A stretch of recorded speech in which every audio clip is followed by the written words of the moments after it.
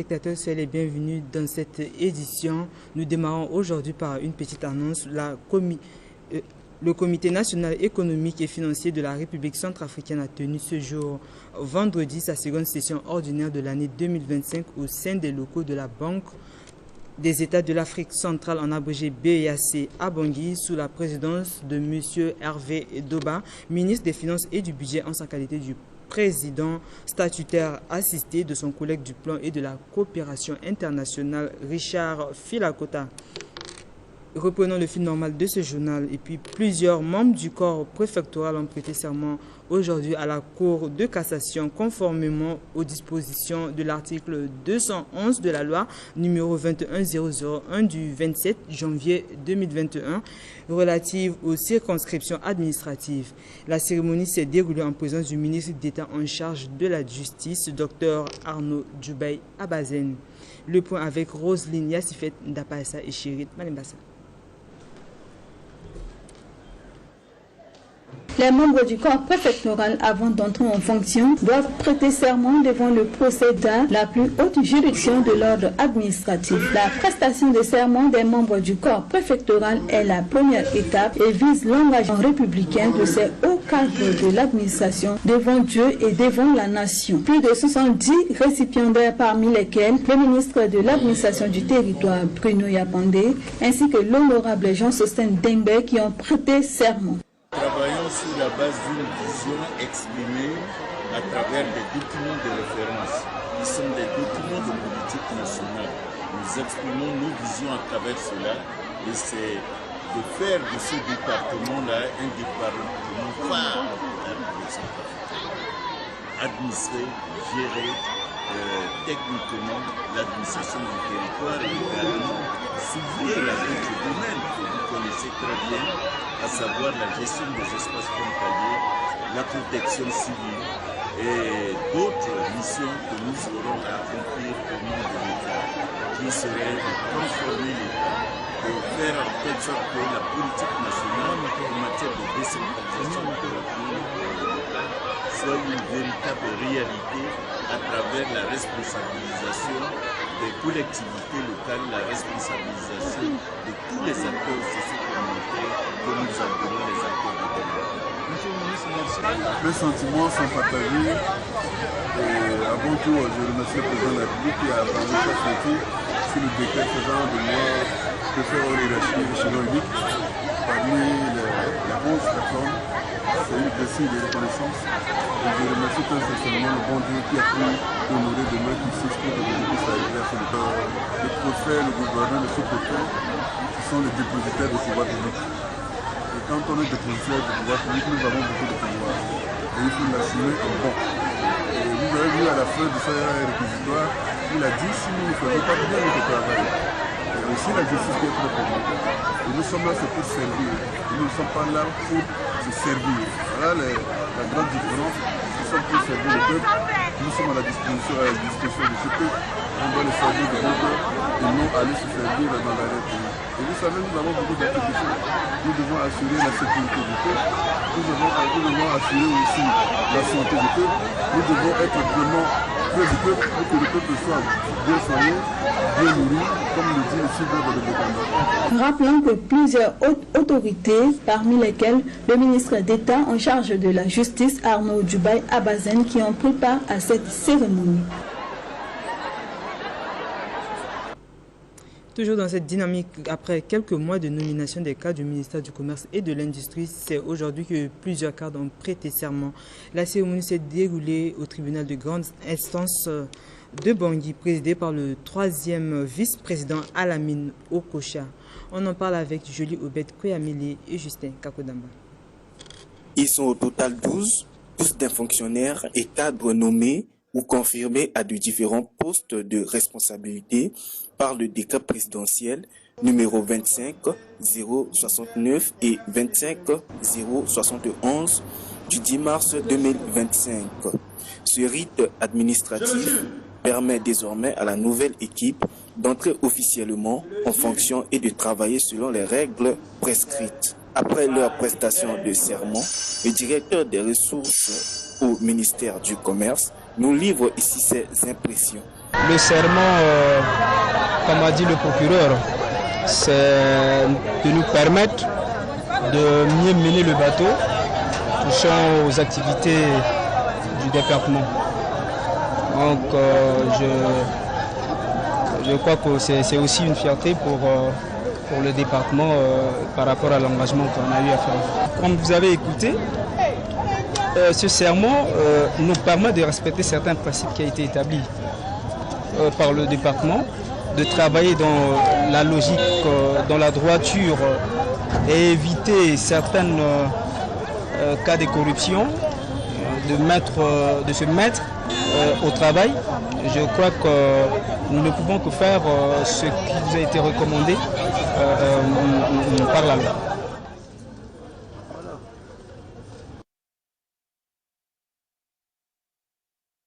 En 2025, qui aura lieu le 15 juin, un atelier d'échange a eu lieu aujourd'hui au complexe sportif Barthélemy Boganda sur le thème « La place du père dans la famille et la communauté ». Le ministre du genre est représenté par sa directrice de cabinet, Madame Aurélie Magalamon. Suivie à cet effet la directrice de la protection et de la sauvegarde de la famille, Madame Léontine Mambissi, qui nous situe sur l'objectif de cette rencontre, suivi de Monsieur Gérard Bolo Gambo, le chargé de communication représentant du gouverneur de Bangui, Kaga. L'objectif de cette rencontre est d'honorer les papas. Parce que les papas jouent un rôle très prépondérant dans la famille. Mais beaucoup ignorent le rôle des papas. Voilà pourquoi le ministère a vu la nécessité d'honorer les papas en ce jour. Et nous avons l'habitude d'organiser la fête des pères au niveau du ministère. Mais parce qu'on n'a pas eu de financement pour faire ce genre d'atelier comme nous le faisons aujourd'hui. Nous organisons cette fête, mais parce que par manque de financement, on ne peut pas inviter des gens pour ce genre de cérémonie. Et je salue tous les papas, les pères de Centrafrique. Et je vois que les pères sont les géniteurs aux côtés de leurs femmes. Et c'est grâce aux géniteurs que les enfants épanouissent bien dans la famille. Moi, je dis simplement que c'est une première. Et tous les gouvernements qui sont succédés, ça n'a jamais été matérialisé. C'est sur papier, fait des pères, c'est sur papier. Moi, je dis que c'est une première. Je jette beaucoup de fleurs à l'initiative prise par le ministère du genre. Mais comme je disais tantôt, je dis que c'est une première, mais il faudrait qu'on pérennise. Ça ne peut pas toujours rester sur papier. Il faut pérenniser ça. Comme ça, nos enfants, nos petits-enfants, que désormais, en République centrafricaine, il y a une fête des pères qui existe. Donc, ce n'est pas à négliger. Par ailleurs, en prélude à la journée mondiale des donneurs de sang qui sera célébrée demain 14 juin, le ministère de la Santé et de la Population a organisé hier à l'Alliance française de Bangui une conférence débat animée par le directeur général de la pharmacie et de l'organisation des soins, Dr Jean-Baptiste Madoundi, à l'intention des leaders communautaires des arrondissements de Bangui et ses environs. Suivez à cet effet les impressions du docteur Jean-Baptiste Madoundi. Le paludisme constitue un problème de santé publique en République centrafricaine. Quand vous allez dans nos structures sanitaires, le paludisme constitue la première cause de consultation. Et sur le plan mondial, la République centrafricaine est au 6e rang mondial par rapport à l'incidence du paludisme. Donc, vu l'importance de ce problème de santé publique, la direction nationale de transfusion sanguine qui est sous la direction générale des soins, à l'occasion de la journée mondiale des donneurs de sang, a jugé utile d'identifier cette activité pertinente qui est la conférence de débat. Cette conférence de débat a réuni toutes les parties prenantes, les acteurs de terrain, les partenaires techniques et financiers, la société civile, les représentants des forces de l'ordre de défense, les représentants des organisations internationales et autres parties prenantes qui est indispensable dans cette échelle de prise en charge. C'est ainsi qu'aujourd'hui, nous allons où il y aura cette conférence de débat avec toutes ces parties prenantes. Il est question, l'objet de cette conférence de débat, c'est de sensibiliser au maximum le grand public, la société civile, les acteurs de terrain, et même les organisations non gouvernementales qui interviennent dans la chaîne de prise en charge de paludisme. Donc c'est une occasion de partager les informations pour que tout le monde, toutes les parties prenantes soient au même niveau d'information concernant la prise en charge du paludisme, pour que l'effort de toutes ces parties prenantes vont contribuer à réduire l'incidence du paludisme en République centrafricaine. Sachez également que le plan national de développement en abrégé PND est au menu d'un échange de vulgarisation aujourd'hui au siège de la Fédération des associations des femmes entrepreneurs de Centrafrique, en abrégé FAFECA, situé au camp des Castors dans le 3e arrondissement de Bangui, entre les experts et les membres de la dite association. C'est un reportage signé Junior Maliavo et Rodrigue Feten. À l'approche du dialogue sur le plan national de développement PND, plus d'une cinquantaine de femmes membres de la Fédération des associations des femmes entrepreneurs de Centrafrique FAFECA ont suivi une formation sur les objectifs et les opportunités que ce plan va offrir non seulement à l'évolution de la République centrafricaine, mais pour booster aussi les femmes entrepreneurs de la RCA d'investir favorablement dans l'entrepreneuriat. La panéliste a apprécié ce moment de partage fructueux et elle compte sur ces femmes pour l'évolution de la République centrafricaine. Le PND, c'est le plan national de développement. C'est un outil que le gouvernement a mis en place afin de faire évoluer les activités en République centrafricaine. J'ai présenté le PND aux femmes de la FAFECA.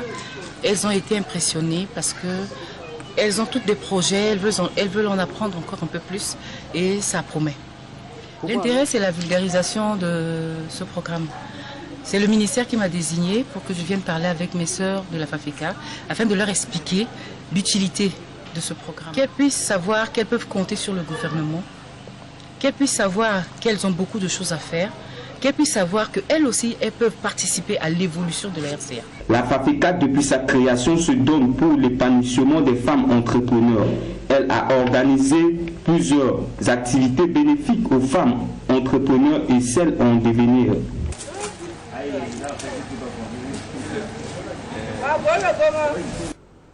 L'actualité continue sur Télé Centrafrique, une rencontre d'échange initiée par les responsables de la clinique située en face de l'Assemblée nationale a eu lieu aujourd'hui dans le but de présenter à la presse les mobiles des travaux qui seront effectués pour faciliter l'accès aux vaccins de routine dans une période de 12 mois.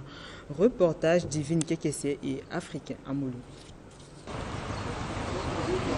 Améliorer la condition sanitaire dans le 2e arrondissement de Bangui, notamment dans le quartier appelé, la communauté Tadis Santa Egidio a mis en place une campagne du vaccin des enfants allant de 0 à 2 ans et sensibiliser les parents à respecter les calendriers vaccinaux de leurs enfants, mais aussi d'initier les femmes enceintes à venir massivement aux consultations prénatales gratuites initiées à la clinique Dream. L'un des agents mobilisateurs de la clinique Dream présente l'importance de cette vaccination.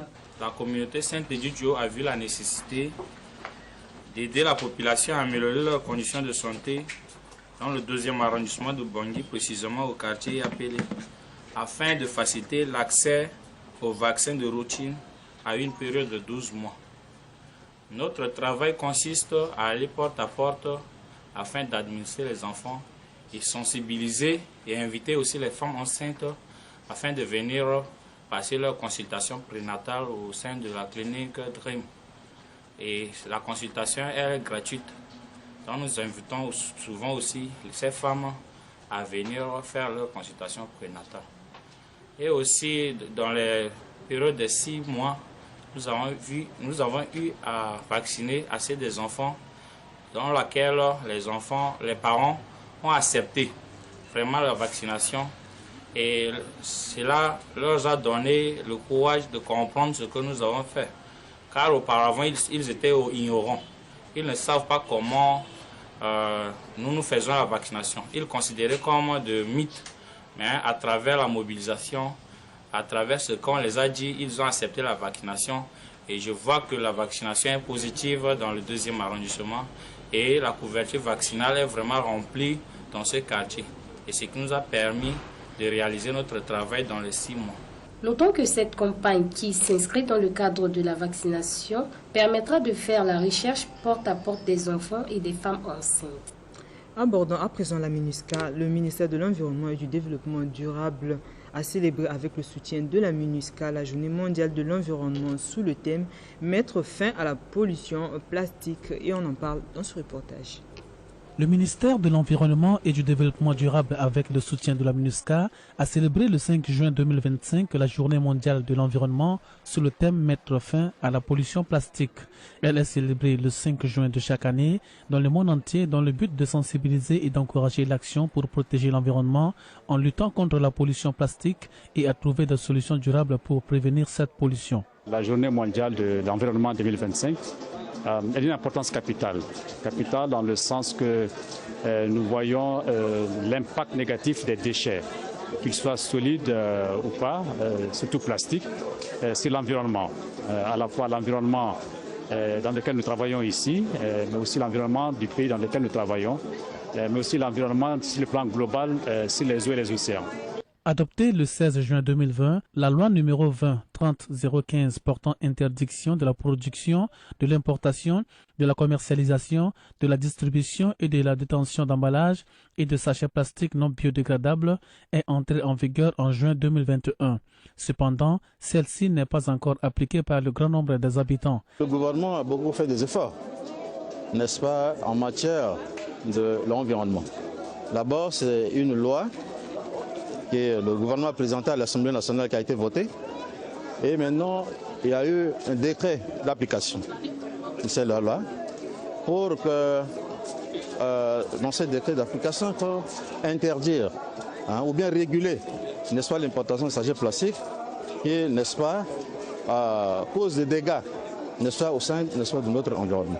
Par la même occasion, une cérémonie de remise des prix de l'environnement a été organisée à l'intention des membres du personnel en uniforme de la MINUSCA pour leurs efforts déployés en faveur de la préservation de l'environnement au sein de la MINUSCA. Les objets plastiques ont des conséquences majeures sur l'environnement, notamment la pollution marine et terrestre, le réchauffement climatique et la dégradation des écosystèmes. Ils se décomposent lentement, libérant des substances toxiques et des microplastiques qui contaminent les sols, les eaux et la chaîne alimentaire.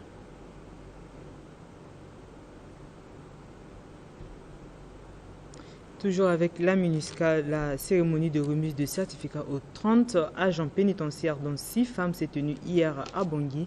Cette formation organisée par le ministère de la Justice conjointement avec la MINUSCA a pour objectif de renforcer la sécurité et d'améliorer la gestion des crises au sein des établissements pénitentiaires de la République centrafricaine. Le point à travers ce reportage.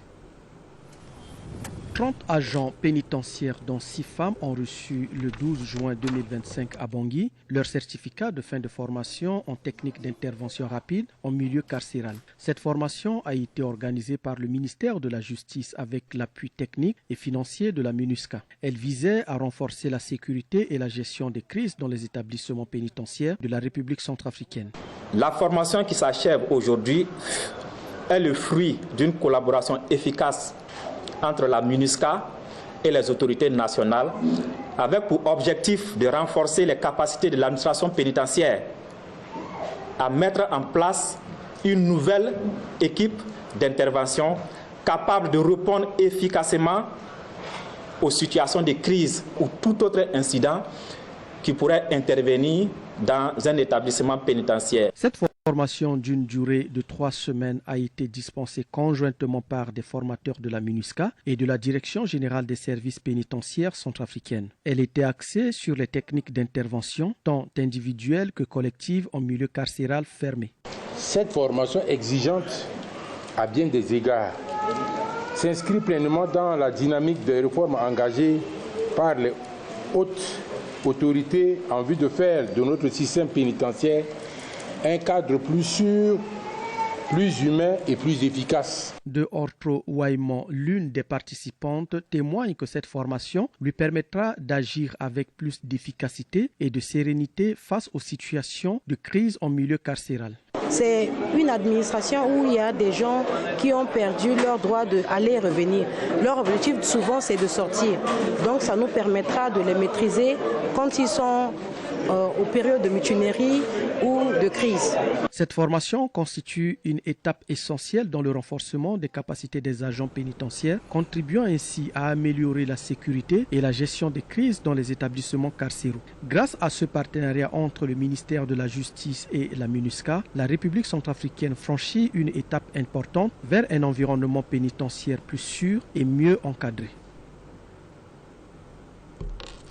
Toujours côté MINUSCA, dans le cadre des activités fonds programmatiques liées au pilier dialogue et réconciliation, CAS a procédé à la remise des kits agricoles aux jeunes du village Bougol situé à 37 km de Pawa. Cette activité a pour but de contribuer à la résilience économique de ces jeunes et aussi de réduire leur vulnérabilité. Nous vous invitons à suivre ce reportage. Le bureau régional de la MINUSCA Pawa a procédé le 5 juin 2025 à la remise des kits agricoles au groupement des jeunes du village Pongol, 37 km de la ville de Pawa. Outre les semences, les kits sont composés d'une paire de bœufs, de 2 charrues, des houes, des machettes, d'une charrette et d'un attelage. Cet appui s'inscrit dans le cadre des activités relatives au pilier dialogue et réconciliation, avec pour but de contribuer à la résilience économique des jeunes et à réduire leur vulnérabilité. La remise des kits a eu lieu en présence des autorités locales et des membres de la communauté. Ludovic Aougele, président du groupement Lekere Kodro, témoigne de ce geste. La MINUSCA nous a appuyés à mettre en place ce groupement. Cette initiative nous permet de nous épanouir par des activités agricoles et commerciales et de nous conscientiser pour sortir des sentiers battus. Ce geste de la MINUSCA nous ouvre la voie pour l'avenir. Thierry Arsène Goli, chef de groupe Pogol Centre, se réjouit de cette action de la MINUSCA en faveur des jeunes, tout en plaidant en faveur de la bonne gestion des outils reçus. Il n'est pas facile d'obtenir un pareil don. J'exhorte les jeunes à prendre conscience de cela et en faire bon usage pour satisfaire les attentes du donateur. Prenez soin de ces bœufs et surtout, ne vendez pas ces outils. La MINUSCA a profité de l'occasion pour sensibiliser les bénéficiaires à la promotion de la culture de la paix et du dialogue dans leur communauté. Notons que les bénéficiaires, membres du groupement, sont au nombre de 50 dans 15 filles. Un mécanisme de suivi sera mis en place par le donateur avec l'implication des autorités locales. Et enfin, 2 invités spéciaux à la conférence de presse hebdomadaire de la MINUSCA jeudi dernier à Bangui.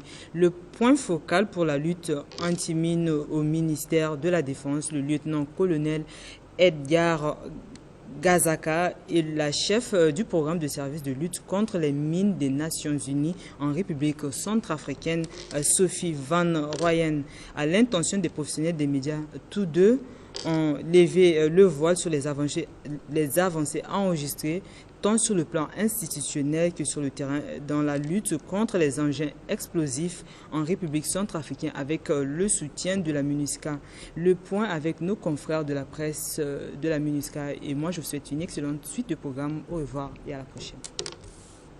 Bonjour à tous, je suis Joël Ndoli-Pierre, porte-parole par intérim de la MINUSCA. C'est avec un immense plaisir que je vous retrouve pour la conférence de presse hebdomadaire de la mission. Que vous soyez ici, dans cette salle, à Bangui, ou à l'écoute de Radio Guira à travers le pays, soyez les bienvenus.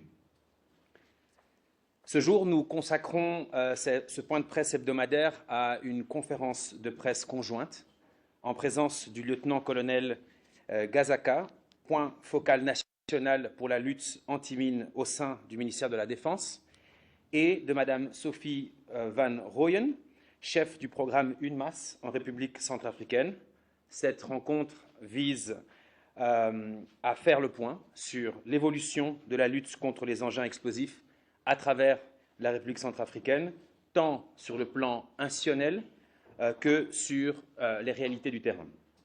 Depuis notre dernière conférence de presse consacrée à cette thématique en avril 2024, des progrès notables ont été accomplis grâce à un engagement renforcé des autorités nationales et à l'appui technique et opérationnel de la MINUSCA au travers d'UNMAS, Aujourd'hui, il s'agira de revenir sur ces avancées, de présenter les prochaines étapes envisagées et de rappeler les défis persistants dans un contexte où les engins explosifs continuent de représenter une menace grave pour les populations civiles. De cette occasion, aujourd'hui, j'ai l'insigne honneur de prendre la parole pour présenter les avancées institutionnelles réalisées par le gouvernement centrafricain en matière de lutte anti-mine avec le soutien de la MINUSCA. Depuis la dernière conférence de presse sur ce sujet particulier qui s'était tenue en ces lieux le 3 avril 2024, dans le cadre de la journée internationale de la lutte anti-mine de cette année-ci, de ce fait, il y a eu des avancées positives au niveau institutionnel. C'est pourquoi mes interventions ce jour vont être orientées sur 3 points. Le premier point sera sur la problématique des engins explosifs en République centrafricaine. Le deuxième point sera axé sur les avancées et activités concrètes. Et enfin, je parlerai des instruments juridiques internationaux. S'agissant du premier point lié à la problématique des engins explosifs en République centrafricaine, la problématique des engins explosifs reste une préoccupation importante du gouvernement centrafricain. Celle-ci affecte de manière disproportionnée et indiscriminée la population civile et présente non seulement un danger insidieux pour les communautés, mais constitue de surcroît une entrave à la mobilité des biens des personnes et aux perspectives de développement. Alors que la République centrafricaine entre dans une nouvelle étape dans le processus de reconstruction du pays. Le contexte actuel offre les biens permettant d'envisager la transition vers un programme de lutte contre les engins explosifs mené par les autorités nationales. Ce processus est soutenu par les partenaires en vue de matérialiser l'engagement ferme de son Excellence, Monsieur le Président de la République, chef de l'État, d'assurer une coordination nationale dans la réponse à la problématique des engins explosifs dans le pays. S'agissant du deuxième point inscrit dans les points que je devais aborder, qui sont les avancées et activités concrètes, depuis avril 2024, plusieurs avancées concrètes ont pu être réalisées au niveau institutionnel. Premièrement, j'ai été désigné par le ministère de la Défense nationale comme point focal national de lutte anti-mine interface entre le gouvernement et la MINUSCA pour conduire les travaux de la création de notre future autorité nationale de lutte anti-mine en Centrafrique. Deuxièmement, un atelier d'auto-évaluation des capacités de lutte anti-mine a été organisé par Handicap International au mois de mai 2024 et soutenu par l'UNMAS de la MINUSCA, qui nous a permis de dresser un état des lieux des capacités nationales et d'établir les priorités et les recommandations concrètes. Les recommandations de cet atelier ont ensuite facilité la rédaction d'une feuille de route nationale pour la création d'une autorité nationale de lutte anti-mine en Centrafrique.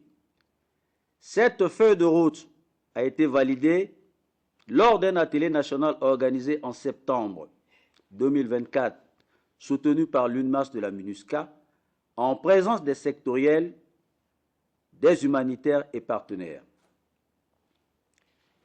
La vision principale de cette feuille de route est la création d'une autorité nationale de lutte anti-mine centrafricaine, qui sera institutionnelle et opérationnelle, qui conduira à la réglementation, la gestion et la coordination de l'action contre les engins explosifs et contribuera au renforcement de la sécurité pour les populations et perspectives de développement par la prévention, l'atténuation et l'enlèvement des risques liés aux engins explosifs.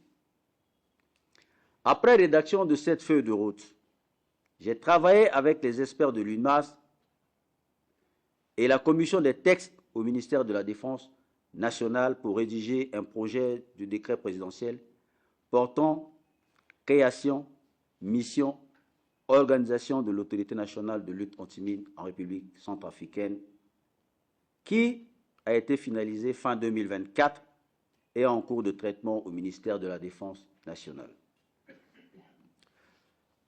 Lors des célébrations de la Journée internationale de lutte anti-mine le 4 avril 2025, j'ai participé à plusieurs émissions radiodiffusées avec une conférence tenue à l'université de Bangui pour sensibiliser la population sur la problématique des engins explosifs et sur la progression institutionnelle. Je souhaiterais aussi mettre en avant un atelier organisé par un consortium d'organisations non gouvernementales centrafricaines tenu le 3 avril 2025 avec une dizaine de victimes d'engins explosifs avec l'appui des Nations Unies qui ont trouvé un cadre d'échange sûr et positif dont les recommandations ont été présentées le lendemain lors de la table ronde du 4 avril 2025, co-organisée par le gouvernement et la MINUSCA à la Cité des chefs d'État, sous la présidence de M. Aurélien Simplice-Zingas, ministre d'État, chargé de l'éducation nationale et représentant le Premier ministre chef du gouvernement.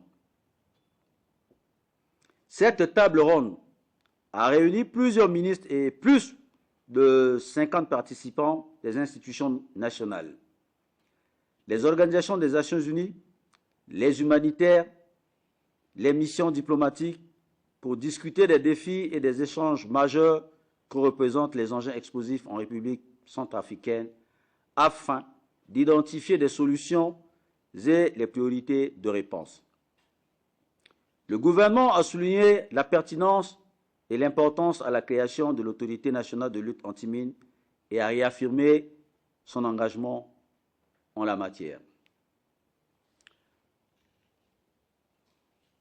Pour le troisième point, relatif aux instruments juridiques internationaux, en 2025, j'ai également collaboré étroitement avec l'UNMAS pour établir le premier rapport de transparence soumis par la République centrafricaine pour l'année 2024, dans le cadre de la Convention sur l'interdiction des mines antipersonnelles à laquelle la République centrafricaine est État partie.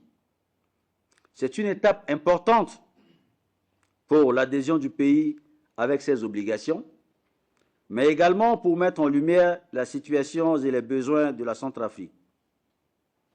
D'ailleurs, dans l'intérêt du pays et étant État partie, la République centrafricaine se fera représenter la semaine prochaine à Genève pour la première fois de son histoire aux réunions intersessionnelles des États partis à la dite convention pour présenter les progrès et les besoins de la République centrafricaine à la communauté internationale par moi-même.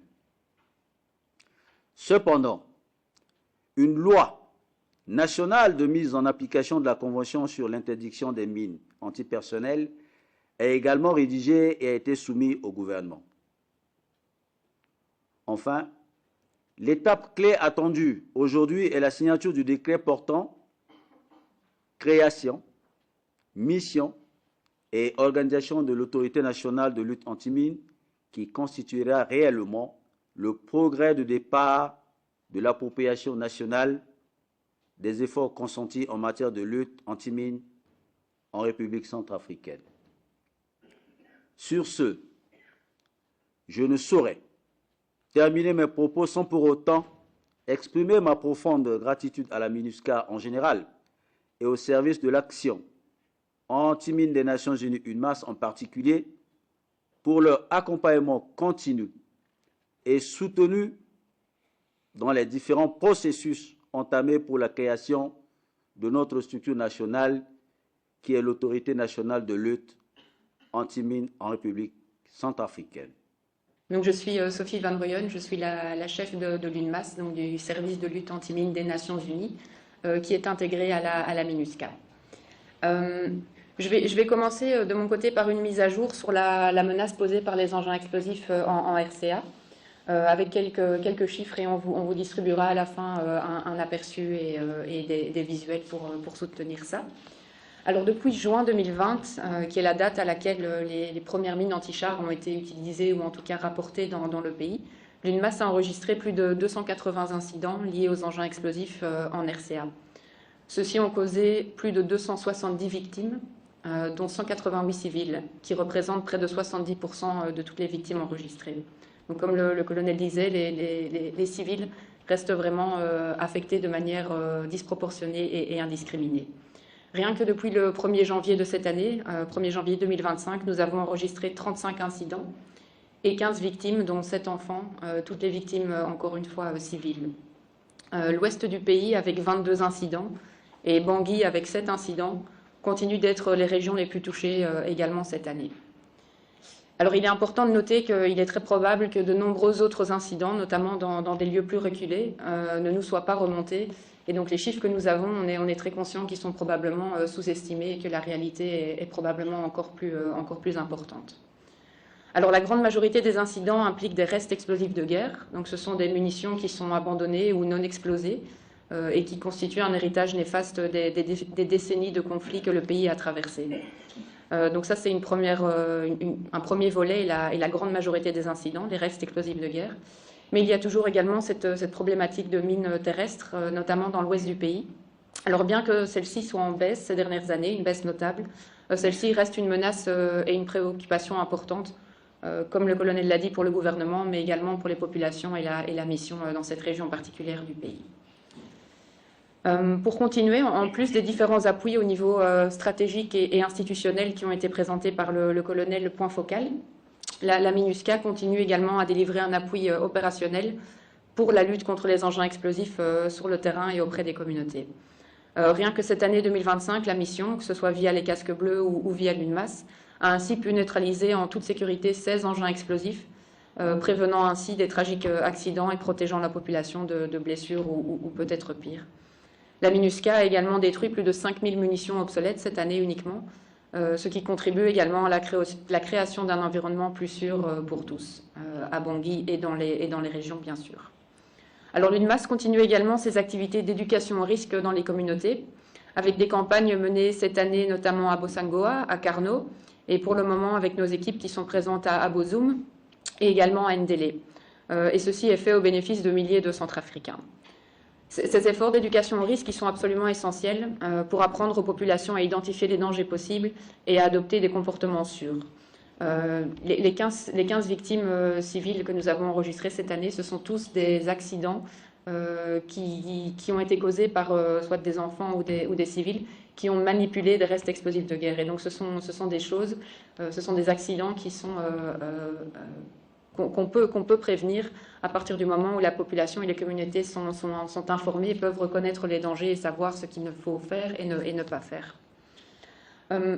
Ces efforts d'éducation au risque, on commence, après maintenant plus de 3 ans d'activité à ce niveau-là dans le pays, on commence à voir des indications qui sont relativement positives, avec non seulement une augmentation des engins explosifs qui sont rapportés par les communautés, donc on a de plus en plus d'informations qui nous remontent, mais aussi on a une diminution qui est vraiment constante de la proportion d'explosions accidentelles. Donc on a plus d'engins qui sont trouvés et que les communautés rapportent à la MINUSCA ou aux autorités, et moins d'accidents. En 2024, on a eu pour la première fois une diminution assez significative du nombre de victimes, mais comme vous le verrez et comme le montre encore cette année, chaque victime est une victime de trop, et il reste encore un travail certain pour continuer à consolider ces gains graduels. Et puis pour finir, la MINUSCA via l'UNMAS poursuit également le développement de capacités nationales au niveau opérationnel. Donc ceci se fait par des formations continuées au profit des FACA en matière de neutralisation, enlèvement et destruction d'engins explosifs, mais aussi depuis l'année passée et cette année dans de nouveaux domaines tels que les enquêtes post-explosion ou la fouille opérationnelle, ainsi que la formation de premiers formateurs nationaux qui ont par ailleurs pu délivrer cette année une première formation donc de FACA à FACA dans le domaine de la lutte contre les engins explosifs. Et en 2024, en fin d'année 2024, UNMAS a également commencé la formation aux policiers et aux gendarmes nationaux afin de leur apprendre comment gérer les incidents, comme ce sont souvent eux les premiers répondants au final, et également à donner des formations de sensibilisation au personnel de l'aéroport international de Bangui. Voilà pour moi, je vous remercie pour votre aimable attention. Singila Mingi.